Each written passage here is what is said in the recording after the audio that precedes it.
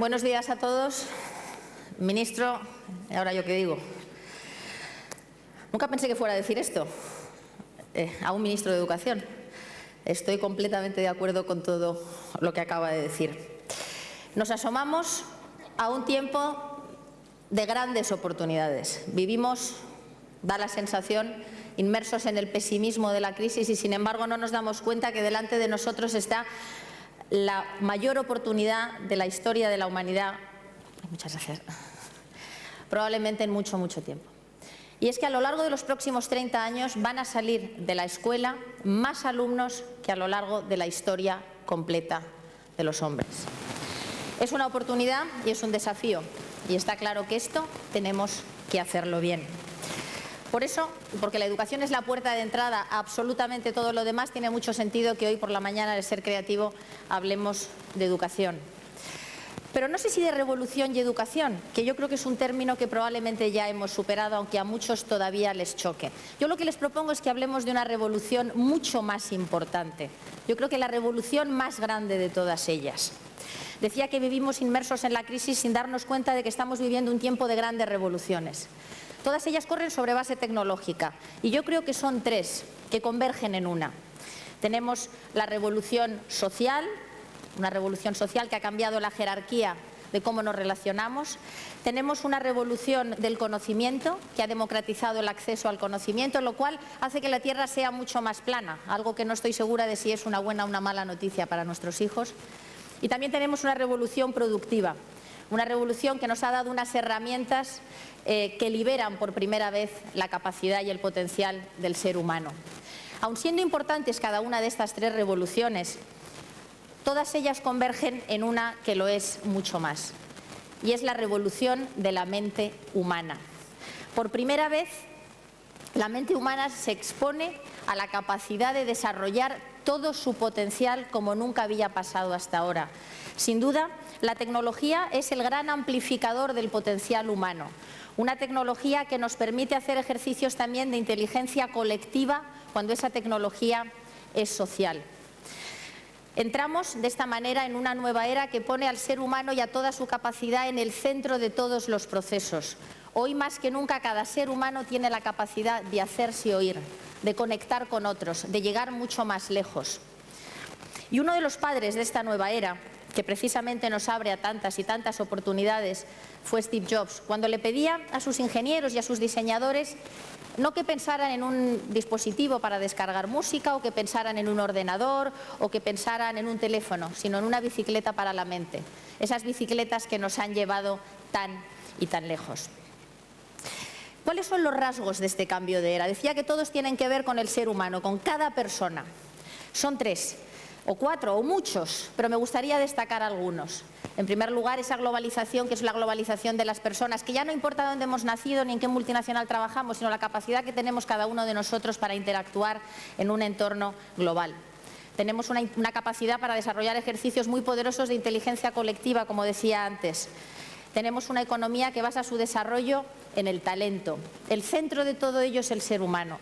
Y por encima de todas estas circunstancias, la más importante, el rasgo, la característica más intrínsecamente humana, que es el aprendizaje. El eje paradigmático de nuestro tiempo es el aprendizaje. Hagamos lo que hagamos cada uno de nosotros a lo largo de nuestra vida, nos veremos obligados a aprender, a desaprender y a reaprender una conducta y un conocimiento, porque es lo que necesitamos para adaptarnos a este medio. Por consiguiente, cuando hablamos de un tiempo que es intensivo en conocimiento, en un cambio de era, mucho más conectado, mucho más global, mucho más interactivo, y al mismo tiempo hablamos de un futuro de la raza humana, o lo que es lo mismo, de los jóvenes, como sujetos pasivos, individualistas, apáticos, tendríamos que concluir que la raza humana está en vías de extinción. Caminamos inexorablemente hacia la extinción de la raza humana si todo eso fuera cierto. Y querría decir que la naturaleza no ha hecho los deberes. La buena noticia es que la naturaleza siempre hace los deberes.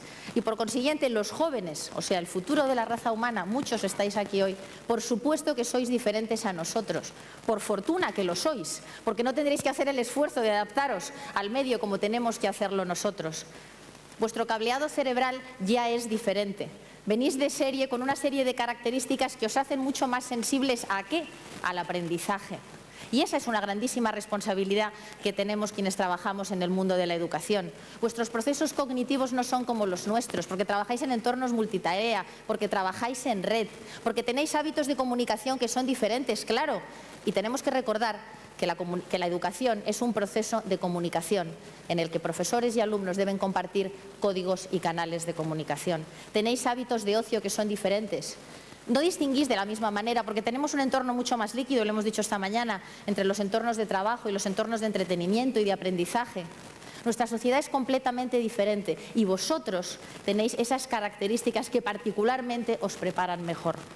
Así es que nos encontramos en un contexto en el que lo más importante, sin duda, es el aprendizaje, con unos sujetos de aprendizaje a los que hemos llamado durante mucho tiempo nativos digitales, pero yo creo que, o yo prefiero utilizar otro término de Mark Prensky también, el de el Homo sapiens digital, que podéis ser vosotros, pero también somos nosotros los que somos un poco más mayores y somos capaces de combinar las habilidades de razonamiento del cerebro con esa capacidad de almacenamiento y de procesamiento de la información que tienen los dispositivos digitales y avanzar en ese concepto de la sabiduría digital, que es la que nos permite evolucionar en esta nueva etapa del hombre. Pues bien, si tenemos un contexto que es el adecuado, si tenemos esas características ideales en nuestros alumnos, si vosotros sois esa generación a la que se le ha dado el máximo potencial de desarrollo, nosotros, vuestros padres, vuestros educadores, somos la primera generación a la que se le han dado todas las herramientas para ser capaces de por fin ofreceros un sistema educativo, un modelo de aprendizaje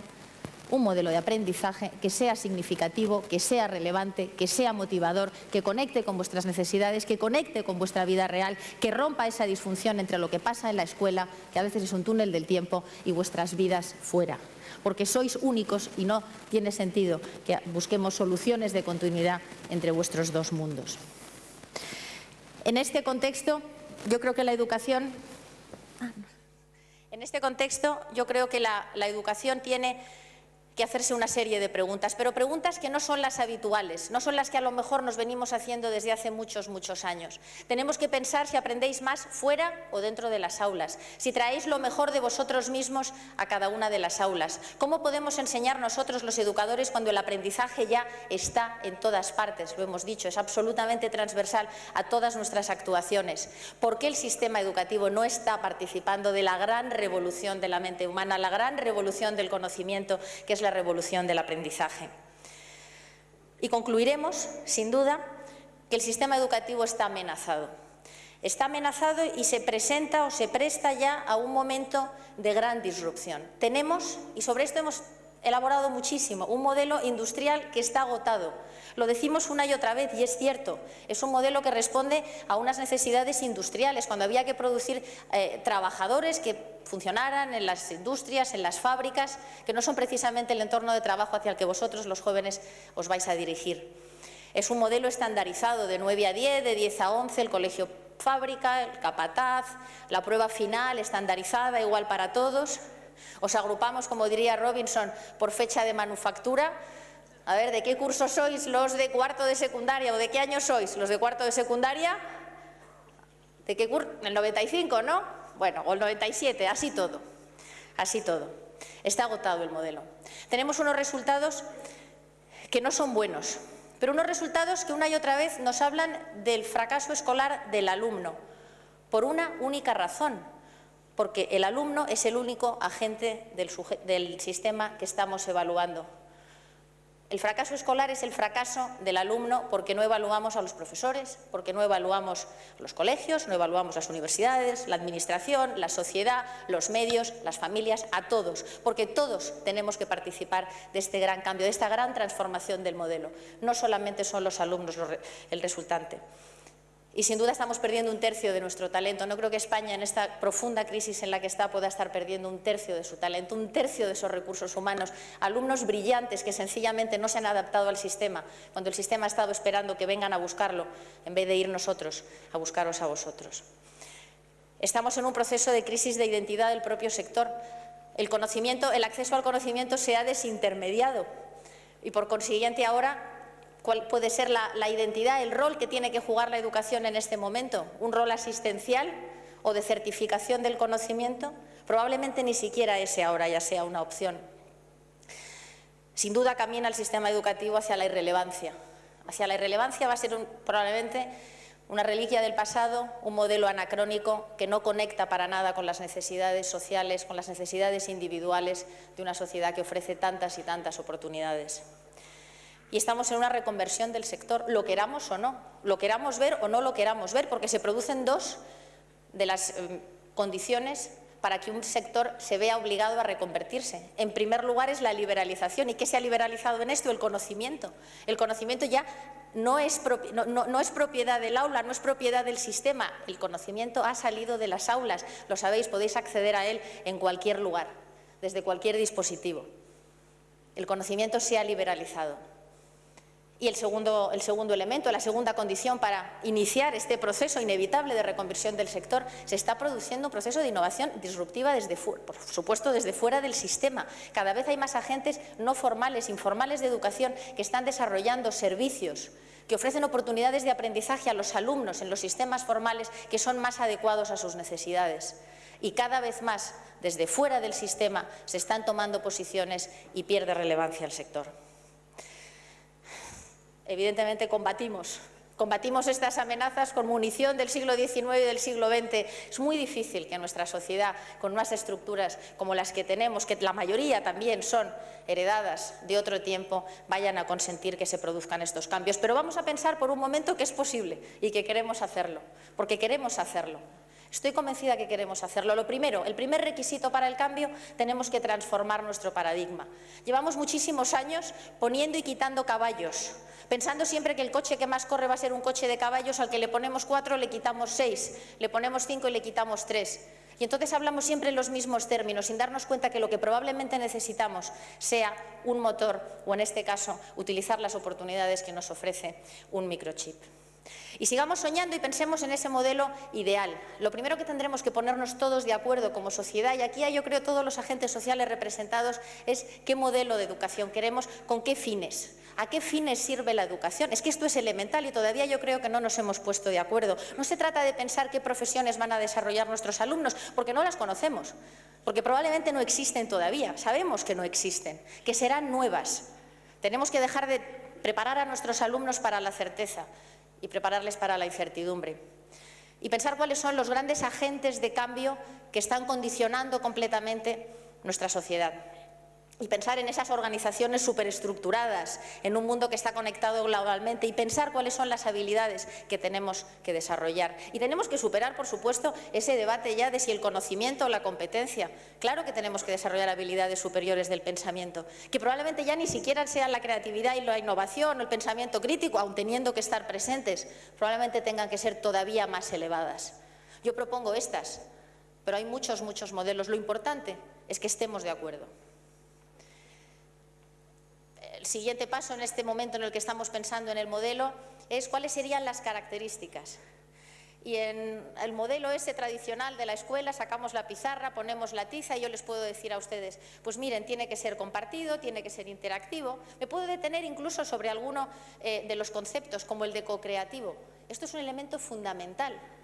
Nuestros alumnos, nuestros jóvenes, son los consumidores más sofisticados que ha habido jamás, porque personalizan, individualizan cada una de sus experiencias de consumo. Son los consumidores del servicio más extendido sobre la faz de la Tierra, la educación, que es el servicio más estandarizado de todos ellos. Y es el único sector en el que jamás nos hemos asomado para preguntarle a los consumidores cómo les gustaría que fuera, porque partimos de un prejuicio, estamos instalados en la creencia de que lo que no quieren es aprender. Y eso es un error. Sí quieren aprender y ya hemos visto que sus características personales son muchísimo más sensibles a ese aprendizaje. El aprendizaje tiene que ser instantáneo, por supuesto, interactivo, tiene que ser libre, pero fundamentalmente tiene que ser personal y único. Y ahora por fin es posible, esa es la gran noticia de la educación en nuestro tiempo. Si hay una cosa que nos permite la tecnología es ser capaces de adecuar lo que hacemos al estilo y al ritmo de aprendizaje de cada alumno. Esto lo permite la tecnología y antes no podíamos hacerlo, mucho menos en entornos estandarizados como un aula, grupo, clase, profesor. Ahora tenemos que avanzar, como avanza la medicina, hacia esa medicina personalizada, esa medicina genómica, tenemos que avanzar hacia un modelo personal y único de la educación.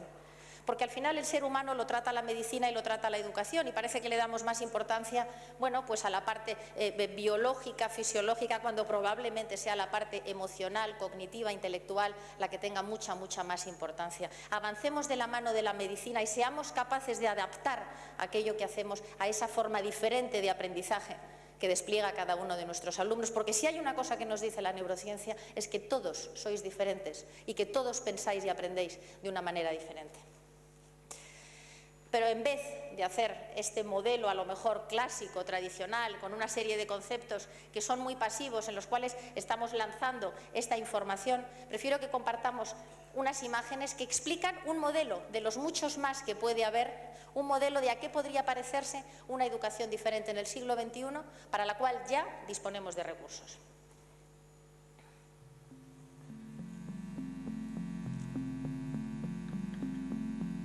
A few years ago, a professor taught a climate change course reaching about 100 students per semester. One day he thought, if I could upload this course online, then not only would my 100 students have access to it, but others as well. So he did. And this is what happened. Anna sent the course's content across the country to Alex, who was studying climate change. Alex found it so interesting that he forwarded a copy to his friend Lulu in Africa. Lulu was developing peer-to-peer courses with Philip, so they remixed the content with other resources and created a new course about the impacts of climate change in Africa. Alan, a participant in the course, shared the content with Gabby, who was studying environmental policy in Latin America. Gabby brought the content to her class, and together they translated it into Spanish. After that, Gabby's professor shared it with his other classes. Myra, another student, shared the content with her father, who passed it on to his colleagues. Gabby's professor also forwarded the content to David, a colleague in the UK who was researching climate change. He updated some of the data, adapted it to his study, and published an article in an open journal. Researchers from all over the world were able to read the article.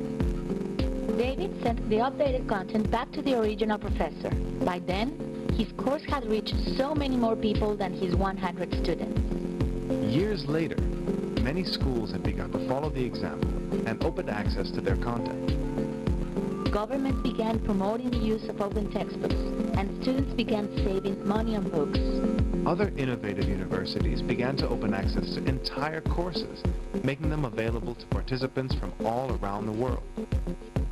These are open educational resources, teaching, learning, research resources that can be reused, redistributed, remixed, and revised. Open educational resources are accessible to everyone: learners, teachers, researchers, parents, workers, citizens, to you. This is open education, knowledge as a public good. Everyone has the right to be educated, yet only a few have access to school. Open educational resources increase access to, improve quality of, and reduce costs of education. Sharing knowledge is important. Now you know. Open educational resources. Give everyone the opportunity to learn.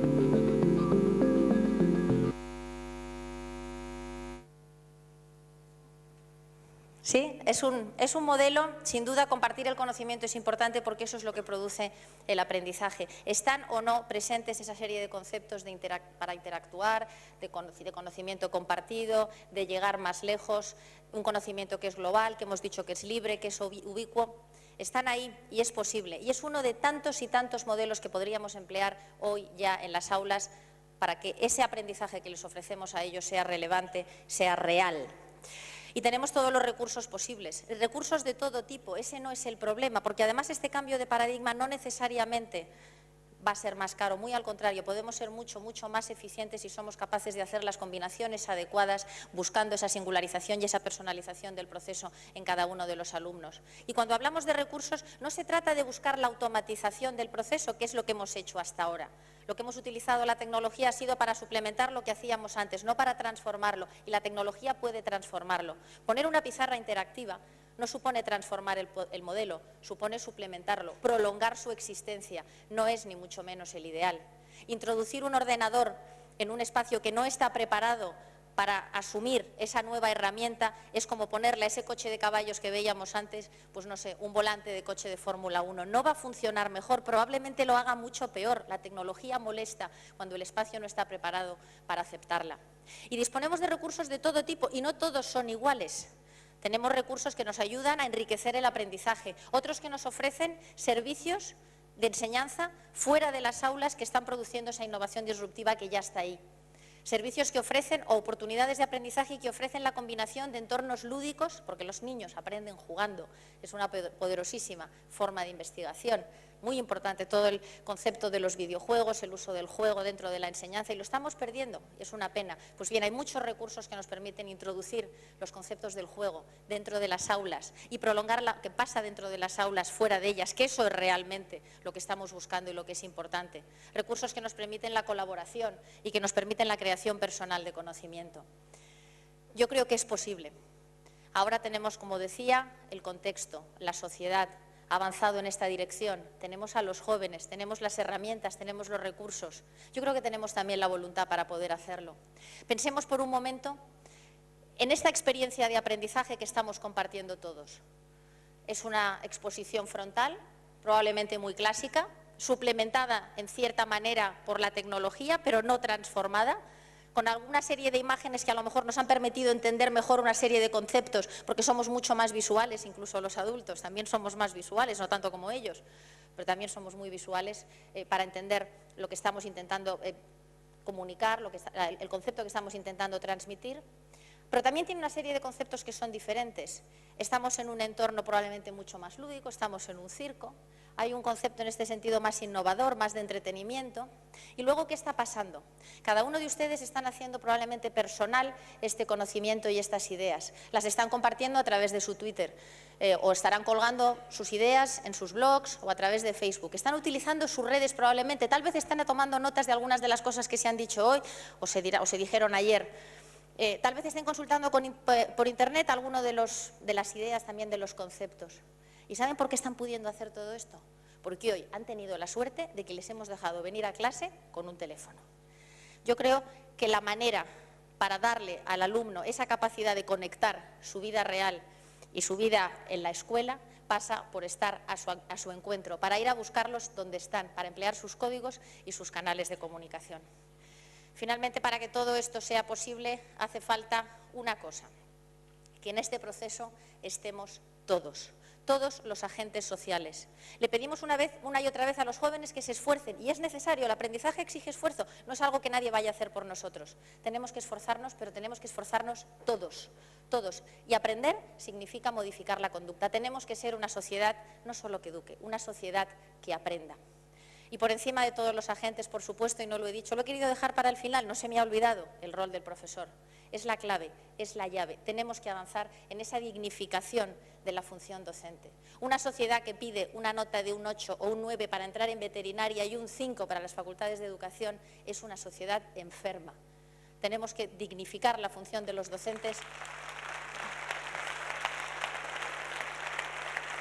Gracias. Y que los docentes, todos también, hagamos el esfuerzo de esa profesionalización. No conozco a un solo profesor que se haya despertado por la mañana pensando que no va a hacerlo de la mejor de las maneras posibles. Tenemos que contar con nuestros docentes para hacer las cosas, sin duda, mejor. Las oportunidades están ahí. Nos abrimos a una nueva era en la que pequeñas cosas pueden producir grandes cambios, en los que podemos pensar en cosas que eran imposibles. Un cambio de era que lleva los límites del ser humano mucho más lejos, y por consiguiente los límites de cada uno de nuestros alumnos también mucho más lejos. Es el momento de asumir riesgos, y eso es lo mismo que asumir responsabilidades, porque tenemos que asomarnos al futuro de nuestra sociedad, a nuestro futuro, pero fundamentalmente al futuro de nuestros alumnos, y lanzarnos. Muchas gracias a todos.